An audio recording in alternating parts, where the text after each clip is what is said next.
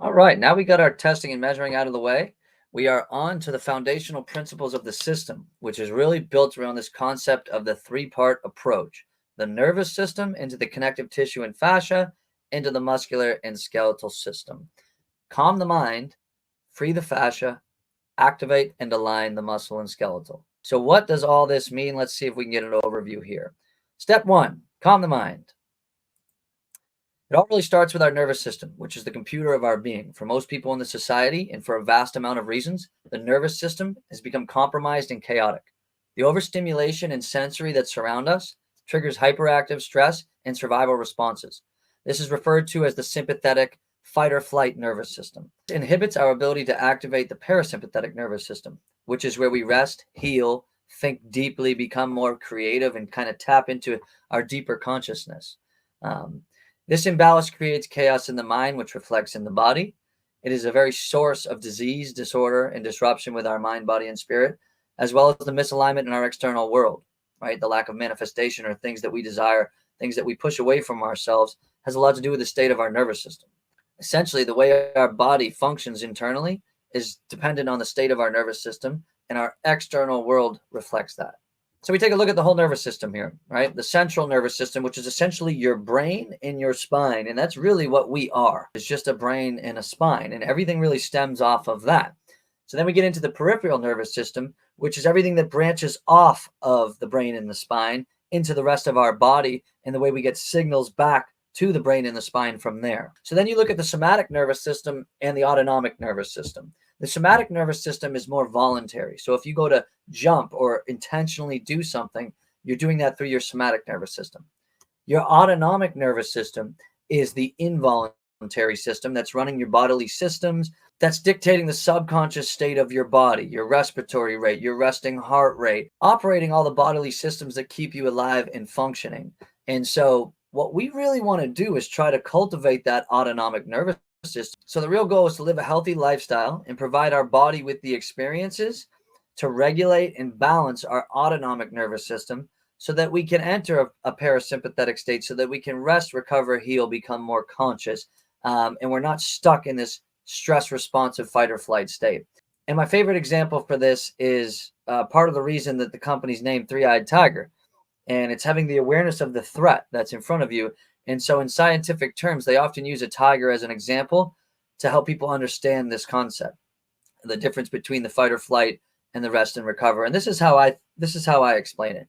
If you're walking through the woods and a tiger pops out on the trail in front of you, where does your attention go? To the tiger. You're not just going to start looking around. You're not going to think about anything else. It goes to the threat. And so when something's threatening or stresses us, our focus narrows to that. And this is the way our society is living in so many ways. We're living on the surface. We're living through a very narrow perspective, right? So if this tiger pops out in front of you, you're not going to stop and think deeply. Your body's not going to heal. It's going to say, what do I need to do to survive? Am I going to fight this thing, or am I going to run? And we're constantly responding to this lifestyle in that way. So we're kind of inhibiting our ability to think deeply, rest, recover, heal, all the things that happen when we tune into the conscious mind, which is also the creative mind, right? If tiger pops out in front of you in the middle of a trail, you're not going to start coming up with creative ideas and things you want to do. And so these days, a lot of people are kind of stuck in that sympathetic fight or flight, stress, and survival type response to life. So learning how to cultivate the nervous system and calm the mind and get yourself into a more balanced and regulated state is one of the healthiest things you can do. So we look at how do we cultivate the nervous system, and what does it consist of? Well, breathing is the primary influence over this, right? So if our breath picks up, we're going to be more stressful. We start mouth breathing, we need more air, we're in a survival state, right? And the opposite stands true. We start to breathe slower, softer, and with better mechanics through the nose. Well, maybe our body's going into a little bit rest, recovery, healing, or maybe we're starting to think deeply about something, kind of let go of the external world as opposed to really hold on with the fight or flight survival method. So it's breathing, it's biochemistry, and it's biomechanics, right? If your body's all screwed up in certain areas, it's going to create a stress response on your nervous system. Next, I'll say this, and I don't say this is in any specific order, because this could perhaps be the most important one, is emotion. And we all know how trauma can dictate the state of our nervous system and create damage long term, especially if it's not tuned into. And I can tell you now, if you're constantly in that stress response of fight or flight state, your body's not going to relax enough or let go enough to be able to heal, to rest and recover from a lot of the things in its past. Breathing dictates the state of our nervous system, and the state of our nervous system dictates our breath. Altering the breath is how we change and cultivate the state of our nervous system to create calmness, clarity, and connection, which is always going to be our goal. And so emotional trauma can really dictate the overall well-being, and a lot of pain, disorder, and disruption within even the body is caused by emotion and past emotions. And so these emotions are stored in the central nervous system, the brain, and the spine, and then that webs out into the fascia. And so a lot of these memories or these emotions are stored throughout our fascial network. Next is activity. We know that the body gets really stressed out if it's too stagnant. If you just sit there, your body's not meant to do that. It's going to stress it out. It's going to compromise the nervous system in a negative way. On the other end, if you're constantly damaging or pushing too hard and doing too much physical activity, well, you're going to stress your body out and create damage in that sense. Again, we're coming back to that balance of life. So activity has a huge role. Activity and movement has a huge role in the state of our nervous system. Obviously, the quality of our rest is going to dictate that. If we're not getting deep REM sleep, if we're not resting enough, our body's constantly going to be stuck in that fight or flight state. It's not going to heal as much. Our environment, if our environment is toxic, if there's a lot of tension at all times or negativity, our body's going to kind of adapt to that. It molds to its experiences, right? So our body's going to be ready at all times to defend or get used to that negativity, get used to that tension, and then it will start to look for it because that's what the body's made for. That's what's familiar with, and that's what it knows. The environment is huge, and that includes things like temperature, outdoor temperatures. We know what cold exposure and warmth and saunas can do for our overall health, and that's done through the nervous system. That's an experience that your body is recording and memorizing. So along with temperature is the other natural elements, such as earthing. At this point, it's been scientifically proven over and over that there is absolutely dramatic effects, positive effects on your nervous system if you just get your feet on the earth and conduct the earth's electromagnetic field. If you conduct the earth's energy directly, it calms your nervous system. It starts to align your brain waves. And then we get into lifestyle here, and we talk about the stimulation, the sensory and stress response that's around us. Things like staring at your phone at night, constantly checking your phone, always looking for a response here, thinking about work too much, thinking about all of these things that we have going on too much. Because right now, society's moving faster than it ever has. It's a rat race to nowhere. And there's more stimulation, sensory, and stress response than our ancestors could have ever fathomed. And so our DNA and our evolution hasn't really had the time to adapt to that. So all in all, our nervous system is the computer of our being. Without this, we're just flesh and bones with no thoughts or signals. This is where our memories are stored, which shapes the mold of our mind and body. This dictates the way that we feel and function. Neurons travel through neural pathways to communicate our thoughts with the rest of our body. This is what drives our firing patterns. Healthy movement, as well as pain and tightness and dysfunction, starts here. It always starts with the signal. A chaotic nervous system is a chaotic mind, which will reflect in a chaotic body, tight and disconnected, right? A body that can't let go, that is holding on to protect itself. This causes fascia to bind and become dense. Fascia is the mold. Therefore, chaos and trauma directly contribute to pain, tightness, and restriction throughout the body. The body hardens to protect itself during chaos and stress, right? Locks up. In order to make physiological change, it must soften and be able to let go, which is symbolic because letting go always creates space for new experiences and new opportunities. And to take this a level deeper, the state of our nervous system reflects in our external world. Your aura will project the energy, frequency, and vibration of your nervous system, and the world will reflect that accordingly. Either you are in control of your nervous system or your nervous system is controlling you. You are a product of your environment or you are producing it. The same is true for your thoughts. It's not about the external world. It's about how you're responding. This concept is foundational to conscious living and raising your vibration. Step number 2, free the fascia.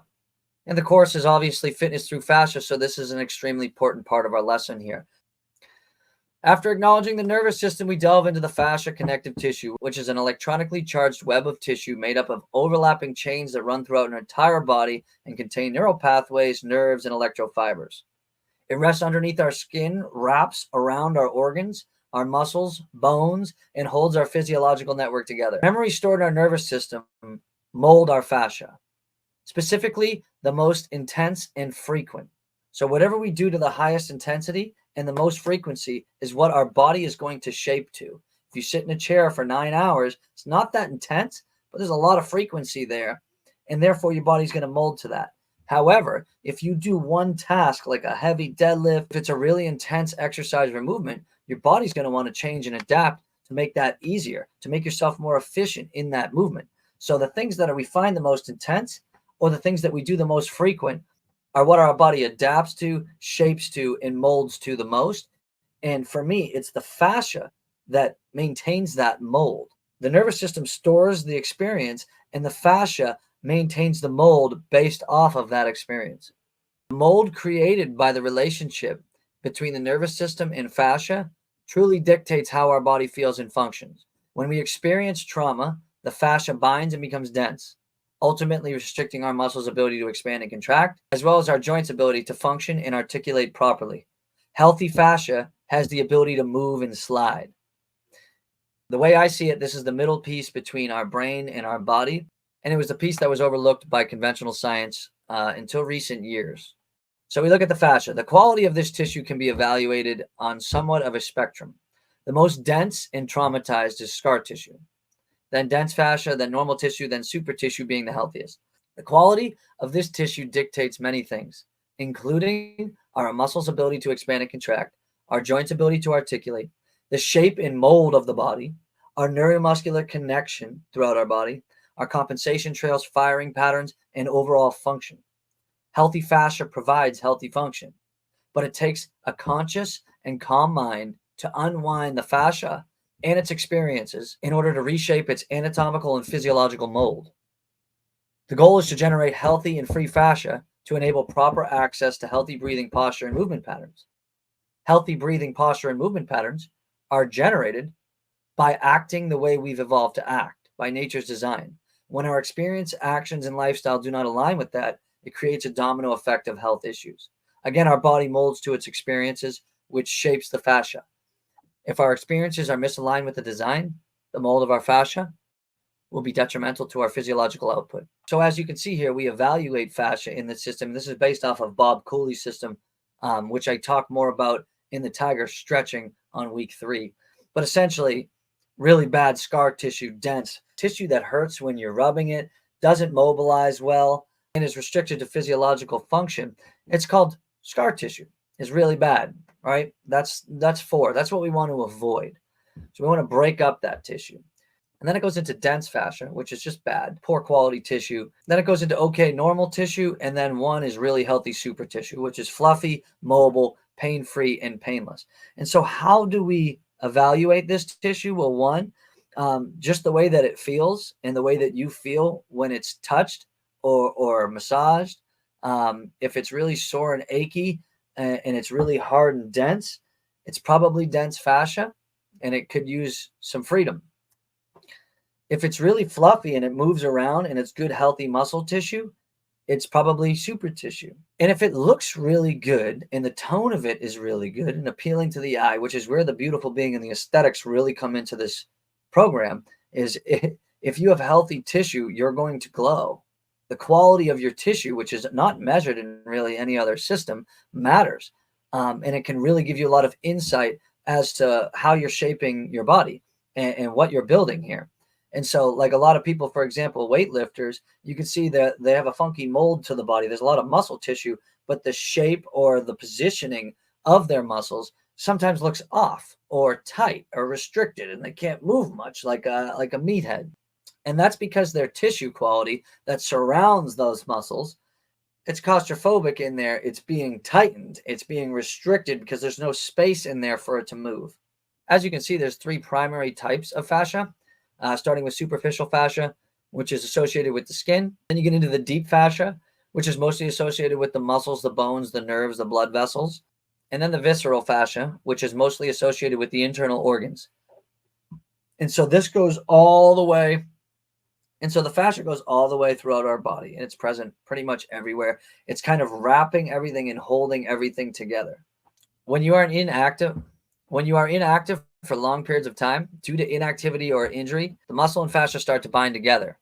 This prevents the muscles from moving freely against each other and leads to stiffness and tightness that limits normal range of motion and prevents freedom of movement. So this is how scar tissue starts to affect us long term, restrict our body, and create compensation trails, because other parts of our body have to try to provide for the movements that we're trying to do, because these certain areas are shut off or restricted through dense fascia.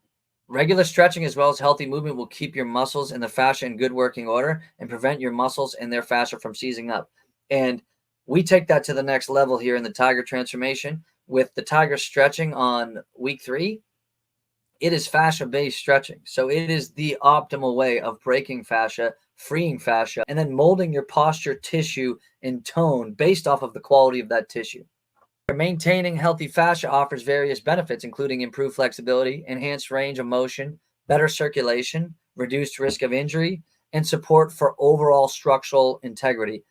Healthy fascia supports efficient movement, optimal organ function, and can contribute to better posture. Additionally, it plays a role in reducing pain and discomfort, promoting tissue hydration, supporting the body's natural healing process. Fascia plays a crucial role in strength and power as well by transmitting force and tension throughout the body. So healthy fascia provides structural support to muscles, optimizing their function during contraction. It acts like a dynamic network, facilitating the transfer of force between muscle groups, which can enhance the overall strength and power output. So there's an elasticity to fascia that really supports strength and power output. Well-maintained fascia allows for efficient energy storage and release, contributing to improved athletic performance and the ability to generate power in movements. So there's an elasticity component to fascia. It really helps with power, explosiveness, quick twitch muscles, but also acts in a way that I call the gummy worm effect. So if you pull a gummy worm apart and then let it go, it'll probably start immediately going back to its normal shape a bit. But if you start to pull a gummy worm apart and then hold it for 6 hours, it's not going to get back to its original shape as quickly, right? So it's adapting to that experience. And this is what your fascia does. Over time, if you're giving it that either high intensity or long frequency of movement or positioning that isn't supportive, if you sit in a weird way, if you hold a weird position when you're sleeping on your neck, these type of things are affected by that fascia.